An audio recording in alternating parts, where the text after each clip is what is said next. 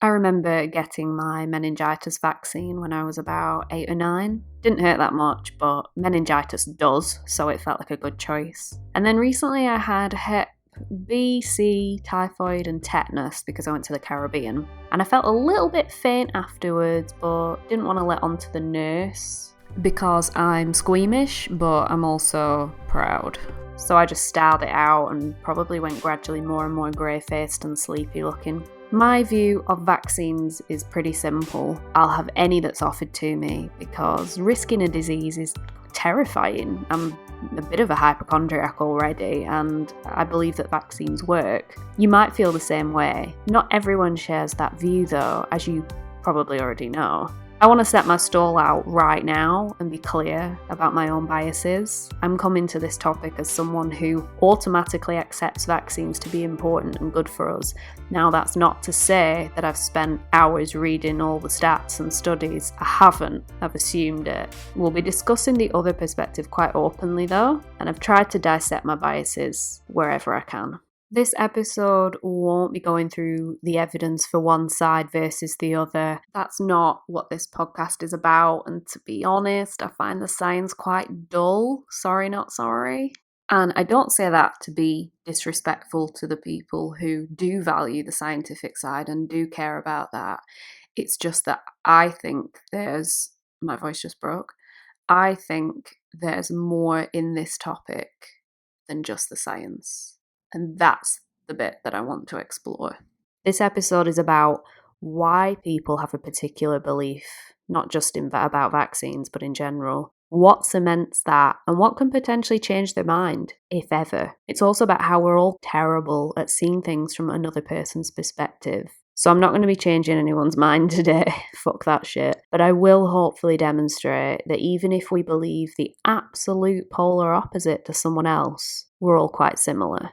So in case you don't know, vaccination is a huge debate and let's call it a battleground on the internet. There are a few different enemies in the anti-vax world, the main three being drug companies, the medical community and the government. Some think that vaccines cause disabilities and diseases, resulting in vaccine injury. Many also think the true impact of this has been hidden from us, and there are far more vaccine-injured people out there than government figures let on. Others think that drug companies are using us as guinea pigs, or possibly even injecting us with all sorts of bizarre shit.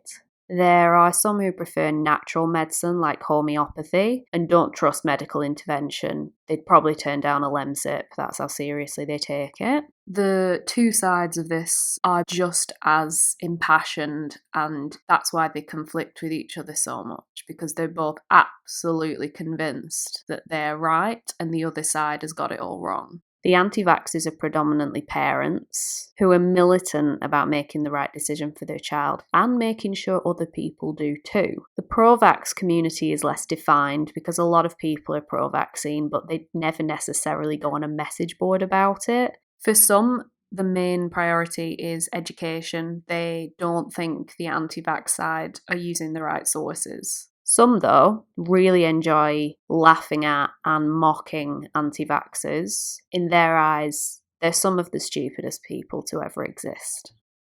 And obviously, for the anti-vax side, that doesn't make them feel great. This subject, at first, I considered not doing it because I've been researching it for about 5 or 6 weeks, quite intensely. It's very angry at times, and I find people who like to beat each other over the head with rationality and knowledge and sources a little bit unbearable. And I even did a poll on Twitter about it. I know that quite a few people requested this, and I considered ignoring you all. There is more to this than I realised, and maybe more than you realised too. So I scoured Facebook groups of all perspectives, pro, anti versus pro, to find people who have changed their mind one way or the other. And I found 2 women who used to be anti-vax and are now vaccinating their kids, and their position has evolved over time. I tried to find people who changed their minds the other way or who were very, very firm who would talk to me, but it was virtually impossible. More on that later. This is Emily and Courtney. My oldest is 10, so when I had him, there was a lot of fear around autism and the MMR vaccine, and that was not something that I was willing to risk at all. When I finally started to do some research, I realized that a lot of the anti-vax stuff came from mommy blogs and stories of people who have experienced horrific things and are looking for something to blame. And vaccines are really easy to blame. When she was born, I didn't get the Hep B for her. She got her vitamin K and she got the eye stuff, but I didn't get her the Hep B because I really wasn't sure after everything that I've heard. You would read something about, oh, well, this happened to my child, that's why I don't vaccinate anymore and I don't believe in them, and, vaccine injuries are real, and the pro-vaxxers would just, jump down their throat. Oh, there's so many other reasons for that, it could have been anything. It would be very hard in that situation to really know or decide.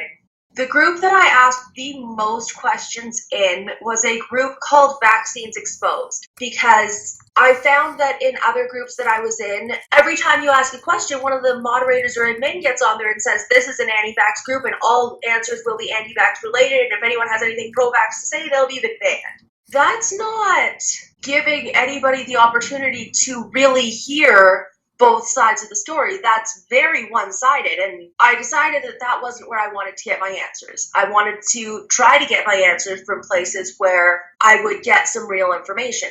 And I found more and more that when I would go through the links that the anti-vaxxers would provide me, it was leading me down stories. It was leading me to a story of a mother who had something horrible happen to her child after vaccinations. When I would follow the links that the pro-vaxxers would give me, I would find actual science. I would find real studies, and lots of them, not just one or two, but a lot of information that was there that never brought me to a blog somewhere. And when I really started to think about it, it was scary to think that I was putting the health of my children, I was putting my faith in blogs. I had such a hard time deciding. It was terrible. Just going back and forth, does she need them? Are they okay? And then, so finally, just after talking to people that I actually knew, that was when I was like, okay, well, they've never had a bad experience. They're probably fine.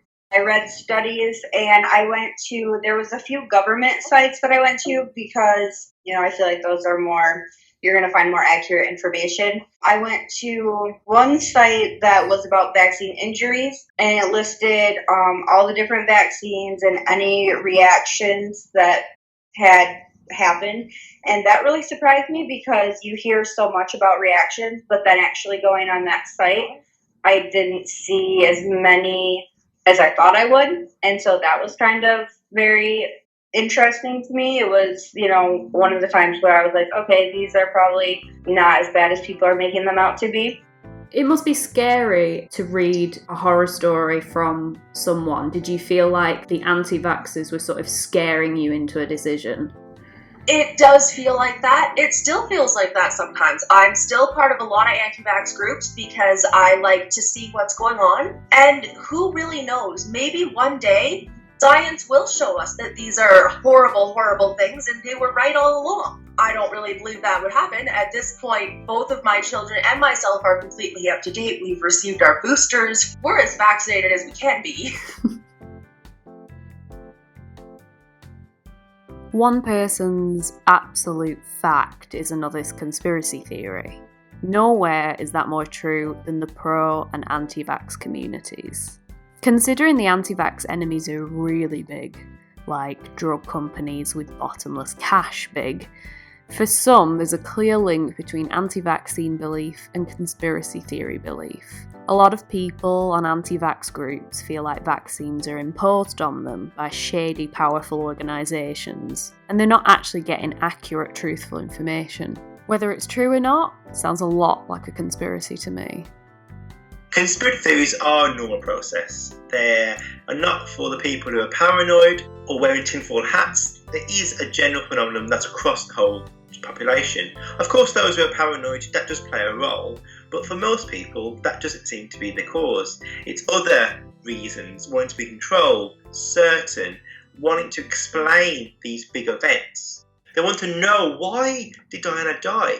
And to be told, well, it's a drunk driver, doesn't really fit that humongous event, doesn't really fit that minor cause. But if you say Diana was murdered by the royal family or the government or whatever it is, that makes more sense. You're like, right, Diana, big event, be murdered by the government, equally big cause, that makes sense.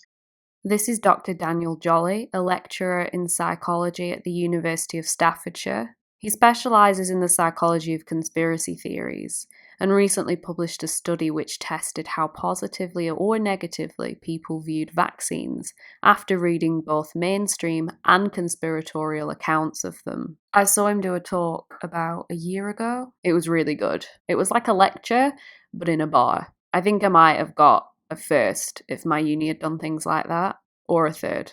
Could have gone either way. The world's complicated. There's so many things happening at once. So it's our tendency to want to have answers, to want to explain what's going on. So it's our kind of biases in our minds that makes us more likely to think about conspiracy theories. It just seems to be that they're so persuasive. Then we have biases like confirmation bias, where we look for evidence that confirm our beliefs. So if we think Diana was murdered by the government, we start distrusting the government. We then start looking for other events that may indeed be a government conspiracy. So it could come our worldview. Unfortunately, at least yet, there's no quick solution. It seems to be like with fake news, of course, that you evaluate what you're given. You look for multiple sources. You don't just treat the first bit of evidence as that's the concrete evidence, but rather you look for similar stories across different news outlets, across different people with different viewpoints, which is not something we always do naturally, because as I say, we stay with our same group of friends, our same followers, and just kind of stay in that mindset. But rather it's thinking, actually, it's good to question things, that there isn't always just one answer. There could be multiple answers, and to seek those answers out. It's still a challenge to think about how you actually go and do that in reality, how you actually force yourself to do that. Could it be teaching those skills right from the early off, that there's always another side of the coin, which is actually a normal bias. That bias is present in all many different examples of life. It's not just conspiracy theories. It's just that when we have our belief, we want to stay with our belief. They have the same viewpoint, that speak the same message. So when you're not thinking about the kind of counter-argument and staying in your little bubble, your belief remains. And indeed, think about our social media. Typically, people follow accounts that are similar to them, rather they critically think about the information. So it is definitely a challenge to think about how we can actually intervene with conspiracy theories. I still want to include free speech. I want people to question all different manners of evidence, both conspiratorial, but also, shall we say, the mainstream. You don't want to stop conspiracy theories because we want that questioning. It's just giving people the power not to fall into the trap of being exposed to conspiracy theories, let's say on the news or on both sides of the coin, both the conspiratorial account but also the mainstream. From the research I've done into anti-vaccine conspiracy theory, it looks like a lot of people are doing exactly what they accuse non-believers of, being close-minded. Some of the good that comes out of conspiracy belief from my perspective is analysis and doubt. The government does lie to us sometimes. Science does evolve and change what's considered ethical or healthy or right. Doubt is good. It holds some people to account. It stops us from being gullible. When that turns into confirmation bias and being besotted with your own argument, though, surely you're not that enlightened at all, though, anymore at least. The thing about anti-vaccine belief is it's often rooted in deeply traumatic personal experiences, children being really ill and even dying after a vaccination. There were about 6 kids in my oldest son's grade 1 class who got chickenpox, and that was kind of scary. When you are that northern BC, there's one doctor in town. There's not a fully staffed hospital. Where I was living when I finally made the decision to vaccinate my children, complications from chickenpox or measles could have killed them. It's a 4-hour helicopter ride to the nearest fully equipped hospital. That's a scary thought. There was a child who passed away from complications related to the chickenpox because he didn't get It wasn't something that it was a story that I read on the internet. It happened in town. It did hit close to home because it happened right here. I actually do know people in person that have never vaccinated their kids. Their kids have never been sick or any have never had the diseases. So that was really hard for me because I was like, okay, well, here are these perfectly highly intelligent, healthy kids who have never had a vaccine in their life. Their parents were very vocal about that and just like basically didn't believe in them. Seeing those kids who've never been vaccinated, I was like, well, what's the deal here? Because you hear so much like, oh, they're going to be so sick and they're going to get these diseases. As a parent, do you think that there is a temptation for parents to think that anything outside of their own influence is a threat and that they should just do it themselves? Yeah. Oh, yes. It can be very difficult to take other people's advice and other people's opinions about your children. It's really easy to do that, especially when so many people have such polarized opinions. Yeah, it's a lot easier to tell everybody to go away. I am going to make these decisions for my children by myself, and I don't need the input of anybody else. I've approached vocal, not very vocal anti-vaxxers and people who are just chilling in groups in the hope that they would talk on the podcast, whatever their reasons for believing what they believe. Even when I approach them quite openly and non-judgmentally and honestly, many are like fired up and ready to prove me wrong and fight their corner, and I'm just really not up for a fight. I often didn't even say what my stance was. Many assumed what it was, or assumed I was on the fence. And to them, that was kind of just as bad and just as offensive as being pro-vaccine. And that makes a conversation quite hard. I tell you what, it's not very often that I feel like I've offended someone the moment I open my mouth. It's a really bizarre feeling.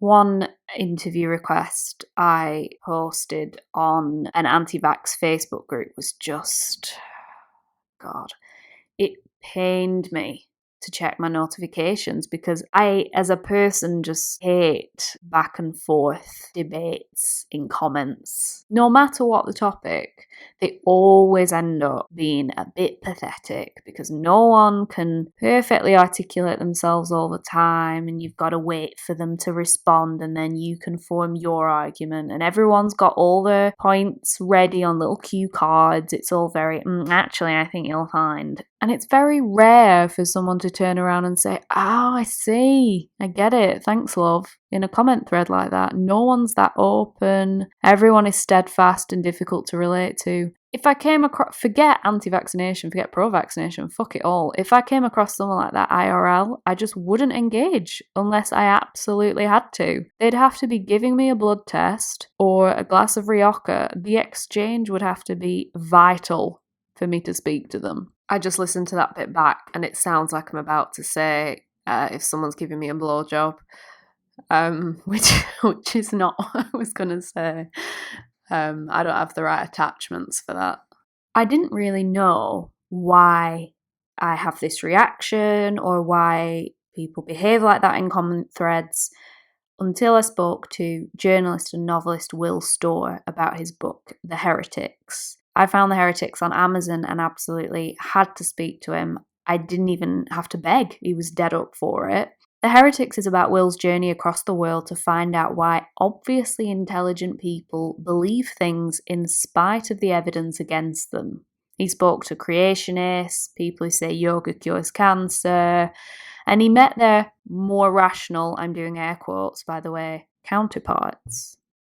So the brain basically, it kind of builds this model of the world. So that kind of world out there that we think that we are experiencing at any given moment is actually a make sense model that is actually inside our heads. So we're constantly kind of stuck inside our heads. For the first few years of our life, our brains are rapidly kind of building this model. The brain's in this heightened state of plasticity, and it's kind of working out how the world works. But once we sort of hit kind of late adolescence or early 20s, the brain becomes much more conservative, and it moves into this kind of different state. And it becomes kind of defensive of its models. So it's almost like the brain has made up its mind. We're far more resistant to accepting ideas that kind of challenge our kind of deeper sense of how the world works. During that time when we're kind of making up our minds and working out how the world works, we have all kinds of different, influences. The moment we're born, we're already genetically wired up in a certain way, which makes us predisposed to becoming a certain kind of person. I mean, obviously genes aren't destiny, but people find when they look at, for example, our political beliefs, I was told by the psychologist Jonathan Haidt that there's around 1,000 genes involved, and a lot of those genes are involved in our fear of novelty. So people on the left are generally much more comfortable with novelty and change than people on the right. You're more C conservative, you want to conserve the world rather than smash it all up and start again. But also, a big one is your social group. So it's how you identify. So there are all these things going on as we're growing up that end up kind of defining and forming who we are. Then once we get to a certain place in our life, it's actually quite hard to shift these beliefs. The more those beliefs run to the very core of who you are, the more passionate you are about those beliefs, the more you identify with them as a kind of core part of who you are, the harder they are to shift. One of the things that I learned when I was researching Heretics, somebody said to me, was that if you want to spot irrationality, even in yourself, you look for the things that kind of people make sacred. We become really irrationally emotional about the things that we make sacred. So you can spot when somebody is not thinking rationally because they're losing their temper and they're getting really passionate, emotional, because that's when their kind of cognition is kind of twisting and distorting and becoming really, really concerned with preserving that model of the world that you have. And this is one of the things I wanted to do with Heretics, because there's loads of people, especially like in the skeptical community, who are very emotional, very angry about these people, and they take it very personally that they see the world in a very different way to the way they see it. Where that always seems to end up is them saying, "Oh, these people are stupid, they're idiots," and it's that very kind of judgy place. And for me, that's an intellectual dead end. And I think you've got to come from a place of genuinely trying to understand where they come from. Throw all that stuff out the window. They're stupid, they're idiots, because that's going to get us nowhere. Let's actually find out why they believe what they believe and how they see the world. Because it's just amazing. I still find it amazing how differently two individuals can see the same world. If people suggest at least 1 in 4 believe in different types of conspiracy theories, so that's a lot of people. So to believe that they're all tinfoil hat wearers who are paranoid just doesn't really make sense. There has to be other explanations, which is why we kind of argue that it's more mainstream, that it's more normal. It's just our bias that we have across all our life that seems to also be present in belief in conspiracy theories. Conspiracy theories are very resistant to correction. In a second study, we found that being exposed to the idea that vaccines aren't safe, that they're covered up for profit, led to someone actually not wanting to vaccinate. When someone is presented with a conspiracy account, so for example, vaccines are indeed dangerous and that they're for profit, that seems to actually come embedded in their belief system. So when they're given counter-arguments, such as actually vaccines are safe, it doesn't seem to improve their intention to want to vaccinate. So it's not just that they can stop us vaccinating, for example, but also can be very resistant to correction. So conspiracy theories can be pretty dangerous. I want to talk about Schnadenfreude for a minute, finding pleasure in someone else's pain. The pro-vax groups aren't always about smart science and evidence and laying out the facts. Sometimes they're quite mocking, and people seem to be getting a weird enjoyment out of seeing anti-vaxxers proven wrong or suffer through their children's illnesses. There's a thread of images on a subreddit called #VaxHappened, titled "What Happens When the Children of Anti-Vaxxers Get Sick?" It's basically a series of screenshots from Facebook showing anti-vax parents telling their fellow anti-vaxxers and Facebook followers about their children getting sick, asking for help, remedies, advice, and support. If you listen to the MLM episode, you'll find this attitude quite familiar. It's common amongst some who are strongly and vocally anti-MLM online. Their wish to highlight the dangers can sometimes evolve into, well, if you're going to be so stupid, then mockery. How much of this is perfectly human, and how much is unnecessary aggression? Well, on the it's actually very human and normal side is an article called The Neurology of Schnadenfreude, published by the Association for Psychological Science in 2011. It quotes a study done in 2004 by some psychology students from the very fancy Princeton University. They created a lab-conditioned version of a baseball game between two of the biggest rivals in the sport, the Yankees and the Red Sox. I believe they're very important to some people. They had ardent fans watch clips of previous games while their brains were scanned. I'm going to read you a bit, which is fascinating. Whether it was the joy of a favoured player's home run or the joy of a rival's strikeout, the fans' brains lit up in the same spot. So if we apply that to the vaccination argument, people aren't just trying to prove their own point, they're trying to prove other people wrong. And maybe that's actually more satisfying. That's the whole point, really, because if their argument negates your argument, where do you stand? So the brain is this kind of storyteller. We are the kind of the centre around which everything else revolves. There was a recent study that came out, and it found that one of the, if not the strongest bias that we have is believing that we are moral, believing that we are a moral person. And this is such a strong bias that there were some British psychologists in 2014 went to a bunch of prisons and interviewed a lot of prisoners. The prisoners rated themselves as higher than average on all kinds of different pro-social characteristics, and they rated themselves average on law-abidingness. It's just extraordinary that how good the brain's at making us feel like we're good people. That's the thing you've got to understand, is that people have are full of biases and prejudices, and that's the kind of source of their beliefs. In the book, I met this really interesting guy called Lord Christopher Monckton. And so Chris Monckton is one of the founding members of UKIP. He's a real right-wing, old-school right-wing guy. And he was born into this aristocratic family. He went to Harrow School. So he very proudly told me that the school song was From Harrow School to Rise and Rule. They were brought up to believe that they were going to be the masters of the universe. They were going to go into the British Empire and rule, and that was how the world was, and that was sort of fantastic. Obviously, the war ends and the empire falls to pieces, and Monckton's furious about this. He kind of told me this amazing story, and the story was sort of roughly this, was that the sort of left-wing people, he told me, are motivated purely by envy and jealousy. And he sees himself as this like amazing lone shark figure, like a crusader going around the world teaching people. That's the story that his brain has weaved for him. Harrow and Cambridge, had everything, the silver spoon in his mouth.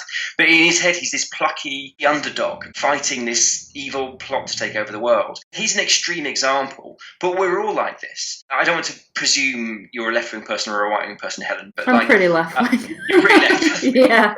Right. So as a left-wing person, you're probably going to be thinking, well, I love the NHS and I'm totally up for the NHS and I'll be happy to pay more tax if it means the NHS is going to be safe. Mm-hmm. And yet you've got all these right-wing people who want to privatise the NHS, even against all the data. They don't say, I want to destroy the NHS because why should my tax money go towards paying for poor people? They say the taxation isn't going to work in the long term. It's inefficient, bureaucratic, all that stuff. And we kind of roll our eyes and go, yeah, what a load of old crap. But the thing is, I think they genuinely believe that.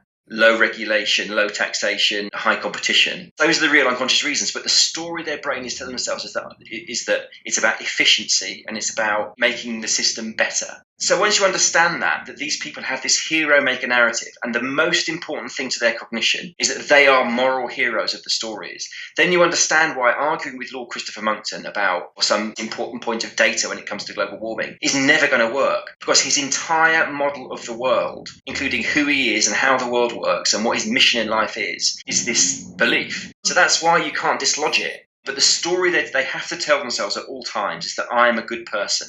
And one of the ramifications of the storytelling brain is that it isn't just that people are wrong. If they're wrong, it means they're evil. To us, the truth in inverted commas is so obvious and clear.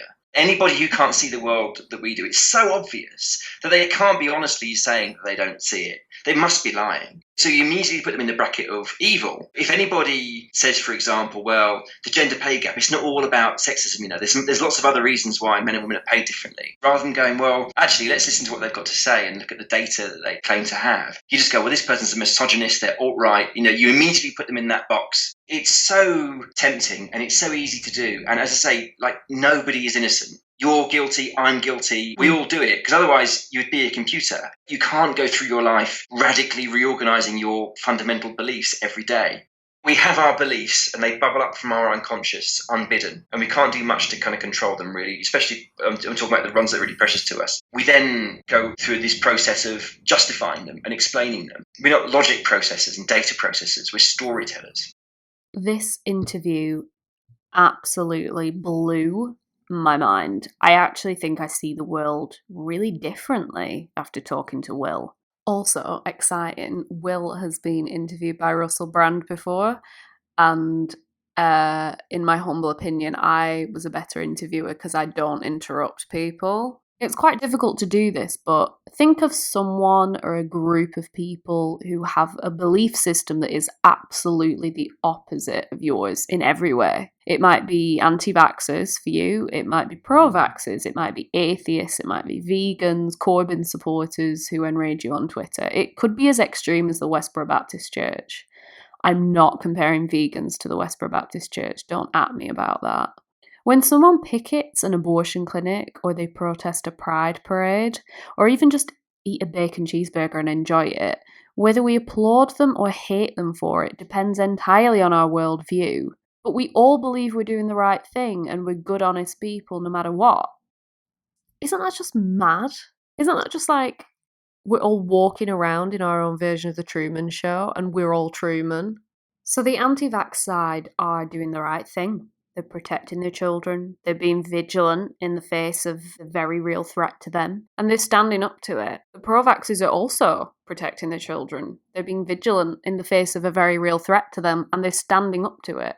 You see the issue, I'm sure. The only difference is the sources they use and the way they read them. And when people are automatically so selective and so determined to prove their own narrative, can you really trust any of it? Can you trust any side? Honestly, since having this conversation with Will about 2 weeks ago, I've been walking around thinking about this on and off every day, and it has quite dramatically changed my view of the world and other people and what motivates them and how they view themselves. I can't really go on Twitter anymore without feeling this, which maybe is a good thing because Twitter is increasingly polarised. If I have to go and get an abortion at some point and someone's outside shoving a picture of a bloody fetus in my face, I would have been quite angry before. But who knows, maybe now I'd be able to look at them and just accept that they think they're doing a good thing, just like I think I'm doing a good thing, and leave them to it. But then still go and have an abortion. I don't know. That's all part of my own hero-making narrative. I think I'm magnanimous and virtuous enough not to tell a pro-life protester to get fucked. Enough about me and my hypothetical abortions. Back to Emily and Courtney. I was a lot more vocal about my children's vaccine status when I was anti-vax. I was a lot more, you really need to do your research and read and know what you're doing to your children, and how could you just inject them with something? How did people respond generally when you did that? A lot of, what is wrong with you? Why are you butting into my parenting choices? Nobody wants to be told how to raise their children. It really doesn't matter if we're talking about vaccines or car seat safety or anything else. Nobody wants to be told what to do with their children. The doctor that I went to, they asked me if I had any concerns, and they were like, well, it's her 2 months, we recommend, some shots. And so we just talked about it. The nurse was extremely helpful and nice. They said if I didn't want any of them, I didn't have to do any of them. They were not there to pressure or anything. By the time it was over, she literally cried for 1 second. It was one little cry, and then she was over it, just looking at me what's up? And her leg never even got red or sore. That made me feel a lot better. So I imagine you're happy with the decision as someone who's gone from anti to pro. Yes. You're content with having I'm quite happy with the decisions that I've made. Both of my children are still here with me. Neither one of them have had any adverse reactions. As a matter of fact, out of all of us, I'm the one who has the worst reactions to the vaccines. I'm the one who has sore injection spots and goes down for a couple of days after I get them. That's me. I'm the one who gets that. They're fine. There has been some research looking into different interventions, and what they found, for example, is feeling more in control makes you less likely to believe in conspiracy theories. But there's no literature looking into how prolonged that is, Is it quite quickly, or is it quite over a period of time? It's just not known. It's only quite a new area to look into conspiracy theories from a psychology viewpoint, because initially they're thought to be harmless fun. When people believe that tinfoil hat people wear them, just believe in them, they thought, well, what's the point? There's obviously no harm with this. But when actually they could actually lead to changing our beliefs, changing how we behave, people are thinking, actually, maybe something is going on here. So it's still really early days thinking about what can we do with this. Sure, read conspiratorial accounts maybe, but also think about the mainstream, think about other sources of information that you may trust, feeling empowered enough that you can evaluate and not just be influenced by that conspiracy account. Anyone who isn't psychotic can accept that they're not Jesus, right? At the same time, it really does feel like you're the only right person in the world. Like, that's how it feels to be a normal person. You feel like, I'm right about everything. That's my wife. I know she's wrong about a few things. And my parents, I know the things they're really wrong about. And then the further you go out from your immediate world, they're really wrong. They're so wrong. They're idiots. And then it kind of spreads out in this thing. And you feel like you're the only right person in the world. But you can't be the only right person in the world. Because then you would be like Jesus. You'd be like the perfect person. So you go, okay, I accept that I'm not. But then you start rifling through your beliefs. If you pick the things that you really care about, the beliefs that are really important to you, you think, well, I'm not wrong about that, and I'm not wrong about that, and I'm not wrong about that, and I'm not wrong about that. You can't find it. You literally can't find the things that you're wrong about. And that just shows, to me, that's a really good thought experiment that shows that all of our biases and prejudices are completely invisible to us. You cannot see them, because to you they feel exactly the same as truth.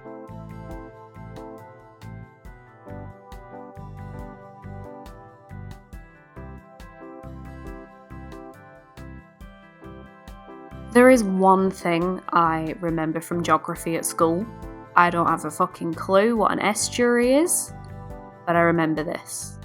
The map of the world that you see at school in the UK has the UK right in the middle of it. That's because we, from our perspective, are the centre of the world, and God knows it's caused a lot of problems around the world. But if you go to the US or an African country or Russia or Central Europe, your country or continent is at the centre instead, because that's your perspective. And I didn't know this. Vaccination and any other polarising debate that makes people quite emotional is actually very similar to this, I've realised. Your view and your belief system is at the centre, and everyone else's is just peripheral. It might even be offensive to you, it's so different. That inevitably means you haven't looked at it, you probably haven't investigated it, and it's really, really hard to put ourselves inside someone else's head or argument. It's potentially impossible to even investigate it properly. But I think it's probably worth a try. Do I think people should automatically accept information they're given by scientists and the government? No. I honestly wouldn't trust Theresa May to read the ingredients on the back of a box of cereal without lying at some point. There was a time when most of us would have been peasants working the land, couldn't read. We took richer, more authoritative people's word for it on virtually everything. Medicine, space, fucking why the sky's blue, whatever. A lot has changed. We don't think the world's ending when there's an eclipse. Part of that is because of science, but also because of just general better access to information. The internet gives us the power to question, which is exactly what we should do. One of my favourite things about making this podcast, apart from getting a lot of really interesting emails about potential cults from you guys, always appreciate those, is that I always start the episode and the research with a fairly certain fixed point of view on something. But by the end of the episode, it's always different. I don't necessarily change my mind, I don't change my stance. Every single subject is always so much more complicated and nuanced than I realised at the beginning, and I really like working that out, and I hope that you like working that out as well, although you get to do it in about 40 minutes, I have to do it in 6 weeks, but I think that's fair enough.